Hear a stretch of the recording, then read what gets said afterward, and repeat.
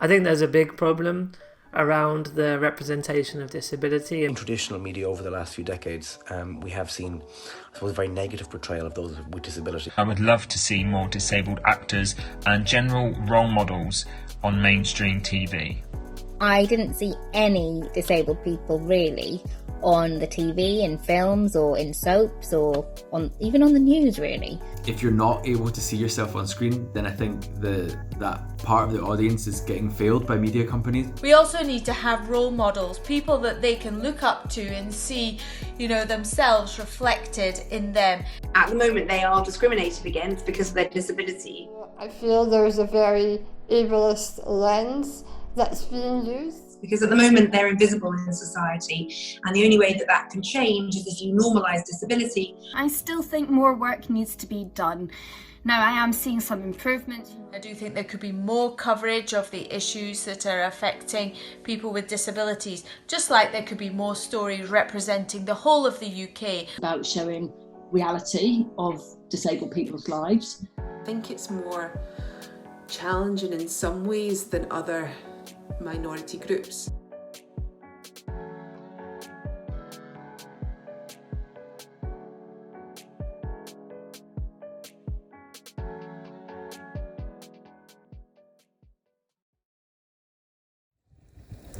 My name is Sanjeev and I'm a 23-year-old journalist with a disability. The representation of people with disabilities has always been in the forefront of my mind, and I can see firsthand how the media can have a direct impact on the way we see the world. I want to know if representation is fair and equal for disabled people across broadcast news, and if society's portrayal has an impact. I want to find out how and why this is the case, and what can we do to change. I know what we see every day is an extremely important part of how we behave. What I'm trying to do is challenge perception versus reality. Is it fair to talk about disabled people as a segment, or is it closer to reality to call this a population, given this accounts for 20% of the demographic? He's 12 and he's still walking a little bit, but he's increasingly using his wheelchair, and I think he struggles with it because there are no role models for him to see of young men in wheelchairs because they're just not seen. And it makes it harder for him to integrate in society because when he goes down the street, people stare because they're not used to seeing someone in a wheelchair.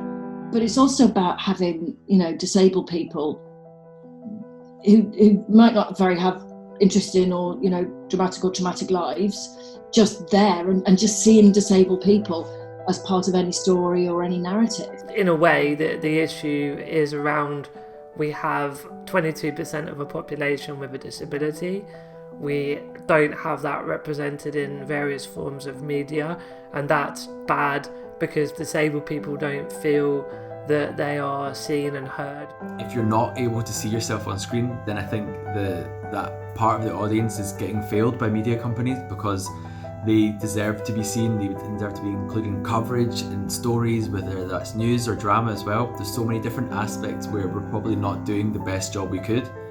But to be able to have someone you can look at and be like, yeah, I can do it, this is possible, and there is space for me in this industry, there is space for me in this world. Children aren't born being prejudiced, they learn that as they grow up. Yeah. And, if you just see lots of different people, then it just becomes more, but just more part of your everyday life. In the UK, 9 out of 10 people have never had a disabled person in their house. So that's a kind of level of mysticism that surrounds it. Some of the research that's shown that from Scope that people are kind of quite scared or worried about talking to disabled people, it's because they've not spoken to them before.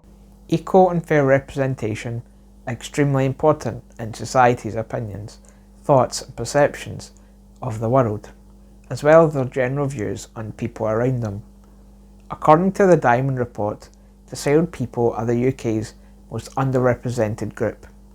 Set up by major broadcasters, it found that disabled people make up to 6.5% of on-screen staff and 5.5% of off-screen staff in television. even though 18% of the national population have a disability.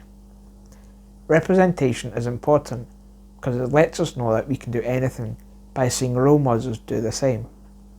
But why has it been so difficult, and what is the reason behind it? What are the deeper issues behind it? One thing it could come down to is the typical stereotypes and tropes which the media repeatedly link to disabled people, as well as tokenism. We either have schmaltzy, isn't this cute, isn't this amazing, or as we know, we can get a negative one that it's either cost or, is disability or illness going to become a burden? Is this going to hold back the economy? Disabled people, I still believe, are being portrayed as burdens. This is a problem. Economic burdens, social burdens. They fall into these tropes of either victimhood, villainy, or bravery. And it's never really incidental. Their disability is their raison d'etre. But I think in the UK, the real portrayal, particularly with austerity, is this thing about, again, of, what do they call it, divide and rule, the idea that disabled people are rorting benefits. It's under 1%, and yet everybody is criminalised. The idea that we're characterologically suspect, to use a non-technical term, stereotypes around disability that are available. And if you stereotype of what I call the overcomer, a disabled person who's succeeded in spite of their disability, and they've almost disavowing their disability. I think there's a real danger sometimes when it comes to diversity that we focus on the sort of diversity aspect of that person. So it then quickly becomes tokenistic. So someone who uses a wheelchair, who's only ever asked about access issues, rather than anything, they could talk about any topic that they're passionate about. These common tropes of scrounging, economic burdens, bravery and villainy have lasted for generations, with tokenism only adding to the issue, which has long become systemic and deeply rooted in our society. These examples could explain why disabled people experience these attitudes as prejudicial, even if it isn't deliberate. This is where Stella Young and the term inspiration porn comes in. For lots of us, disabled people are not our teachers or our doctors or our manicurists. We're not real people. We are there to inspire. And in fact, I'm sitting on this stage looking like I do in this wheelchair, and you are probably kind of expecting me to inspire you, right? Well, ladies and gentlemen, I'm afraid I'm going to disappoint you dramatically. I'm not here to inspire you. I'm here to tell you that we have been lied to about disability. Yeah, we've been sold the lie that disability is a bad thing. Capital B, capital T. It's a bad thing. And to live with disability makes you exceptional. It's not a bad thing, and it doesn't make you exceptional. And in the past few years, we've been able to propagate this lie even further via social media. You may have seen images like this one: the only disability in life is a bad attitude. Or this one: your excuse is invalid, indeed. Or this one: before you quit, try. Yeah. And these images, there are lots of them out there. They are what we call inspiration porn. And I use the term porn deliberately because they objectify one group of people for the benefit of another group of people. So in this case, we're objectifying disabled people for the benefit of non-disabled people. The purpose of these images is to inspire you, to motivate you, so that we can look at them and think, well, however bad my life is, it could be worse. I could be that person. And that quote, the only disability in life is a bad attitude, the reason that that's bullshit is because it's just not true. Because of the social model of disability, no amount of smiling at a flight of stairs has ever made it turn into a rap. We've got a real issue with inspiration porn in this country. Yeah, definitely. you know, in terms of, well, we're all brave and marvellous. Well, Yeah. some people do have a dramatic story, and some don't. You know, I don't. I got paralysed, didn't miss a day of school. Yeah. You know, there's nothing, you know, inspirational in that. But I'd always question a narrative that disability always equals inspirational. Because it very often doesn't. Just because I can wake up and put my own clothes on, it doesn't make me any more or less inspirational than a non-disabled person that does it. So I would say, why do you find it inspirational? And what is the art you're using in the disability narrative? It's interesting in people's view. It's like, oh my God, because you got out of bed in the morning. Yeah. That is amazing. And it's like, well, Yeah, oh my God. really easy for me to do it. There's lots of people who would be considered non-disabled who would really struggle to do that. So don't, just because I'm a wheelchair user, you know, think that's just being out and about inspirational. And a lot of it, I think, is about how people feel about themselves, about how they judge disability and impairment, their view that it would be the worst thing that could ever happen to them. And, you know, the reality is not that, but those are some really difficult things to challenge. Yeah. Now, I've had people come up to me and say, you must have thought about killing yourself loads of times. I couldn't bear to live like you. Why are these images so prevalent in media? And is it reasonable to say that this solely comes down to the media portrayal and broadcast news? According to my own survey, 81% of people believe disabled people are not fairly reflected in broadcast news. But is this a fair representation? Is the media a mirror which accurately reflects our society? Or does the media in fact mould the world we live in? Does society see the medical model of disability? We want to be seen as more than our condition, because we are disabled by society, not our impairment. I don't think society got these stereotypes out of thin air. Yes, the word disabled has connotations, and it always has. But I think that those connotations have been reinforced by the way the media portrays things. I mean, I think it's true to say that some media do lean towards the opinion of their audiences. However, other media, like the BBC, for example, are impartial. They tell the story from both sides, but never offer an opinion. Their choice of story, though, is reflective of their audience, but not necessarily the views of that audience. That media saying we're all faking, we're all scroungers. That society didn't just pick this idea out there. They were told it. They were showing people, going, look, here's a person in a wheelchair, but look down there walking. Given the makeup of the people who work in the media, they have very different life experiences to those not working in the media. Yeah. And it's about trying to find ways of telling those stories in a mainstream way. Mirror. It's not a mirror because it's a mirror that then throws, because that mirror is throwing back to society, and society goes, oh, that's what to think, that's what to do, that's how to act. I think there's a tension in the media, and the tension is that they need to cover stories that they think people will be interested in watching, and they also need to cover the big issues of the day, because that's what a free press is about. You know, first and foremost, I believe that a free press is about holding those in power to account. Because if the media don't do it, it's very difficult to see who will. And, you know, I think it's very easy to criticise the media and blame the media for things that really are simply a reflection of what's going on in society.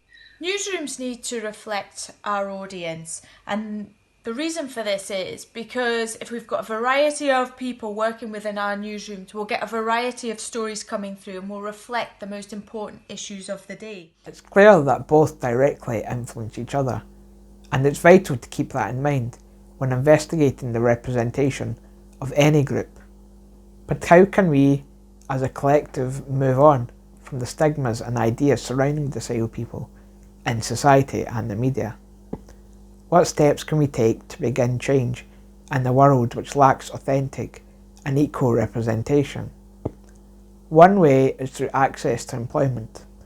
with disabled people being far more likely to be unemployed than non-disabled people, and the disability employment gap being stuck at around 30% for over 10 years. This can help push change. I mean, every media company you've got to start with a plan. You've got to start by knowing how many disabled people, either with visible or invisible impairments, work for you. It's continually raising the bar on targets, and having schemes where disabled people can train and they have the opportunity to be good. And then at some point you're in the pool with everyone else trying to get a job, but if you don't have that initial chance to do it, then we won't change diversity. For every disabled journalist, there has to be someone who's going to be an editor. There's got to be producers. There's got to be senior producers. There's got to be commissioning editors. In the past, there's been issues where people probably couldn't access the buildings properly. So those buildings need to be updated and changed so the workplace is accessible to people with disabilities.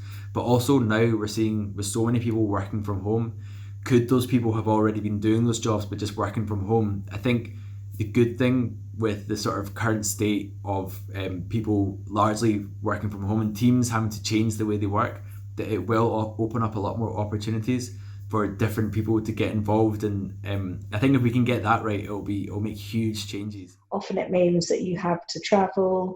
Often it means that you have to live a long way from home. You have to find accessible places to live. You've got to be able to find an accessible way to get to work.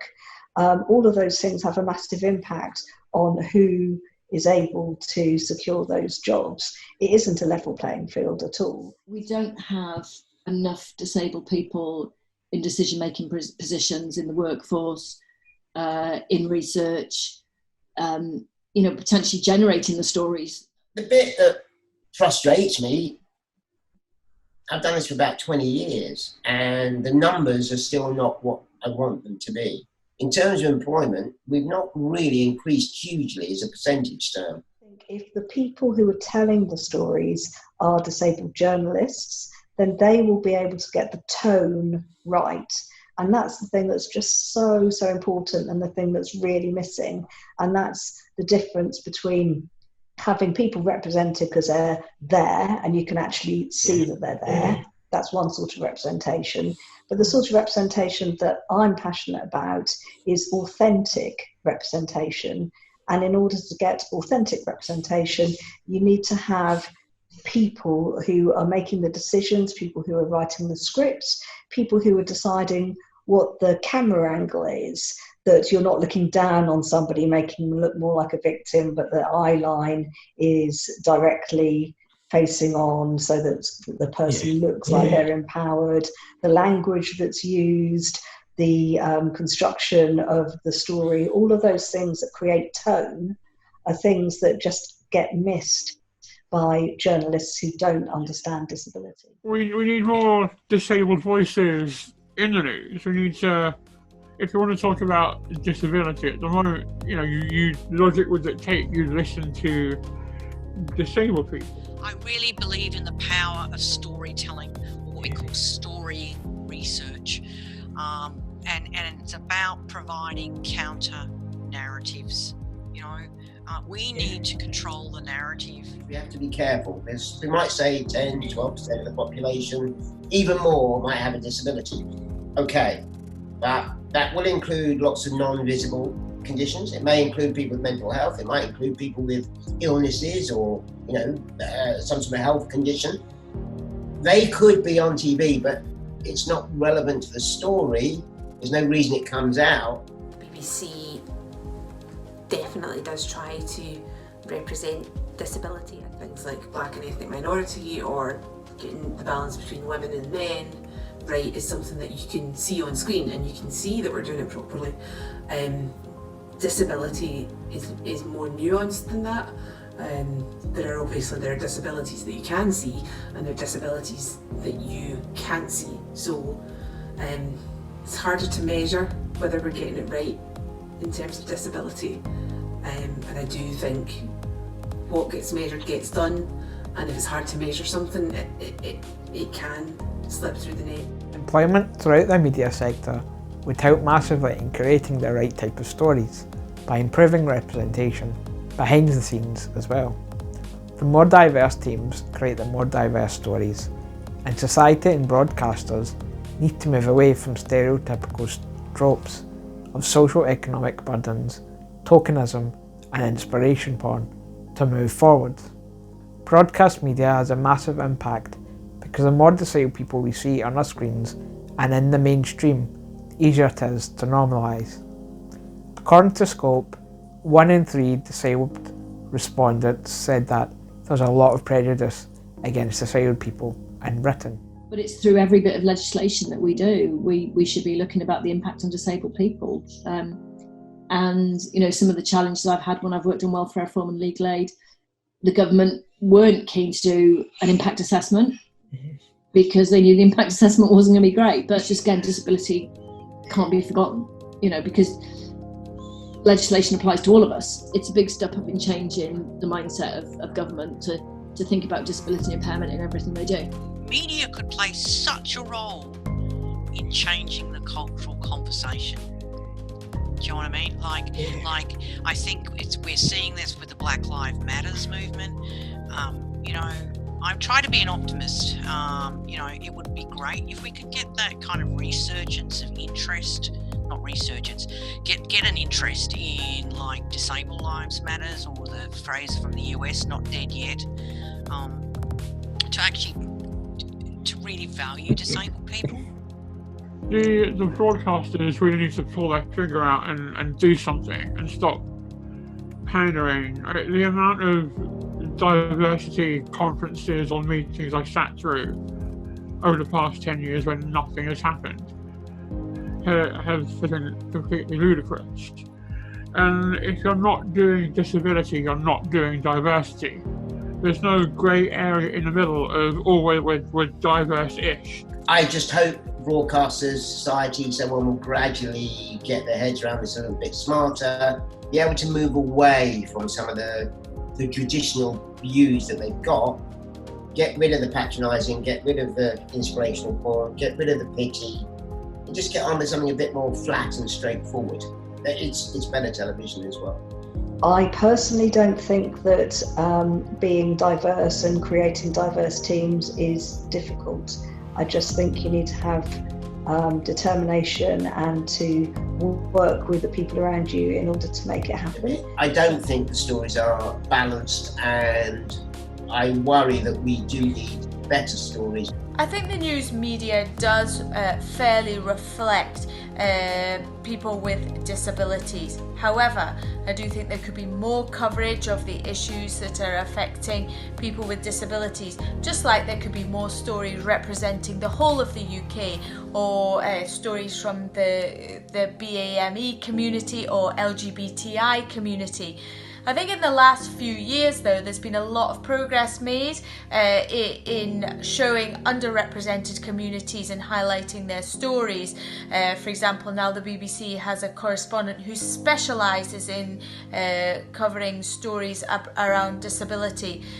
So in summary, fairly represented, but a lot more could be done to tell the whole range of stories.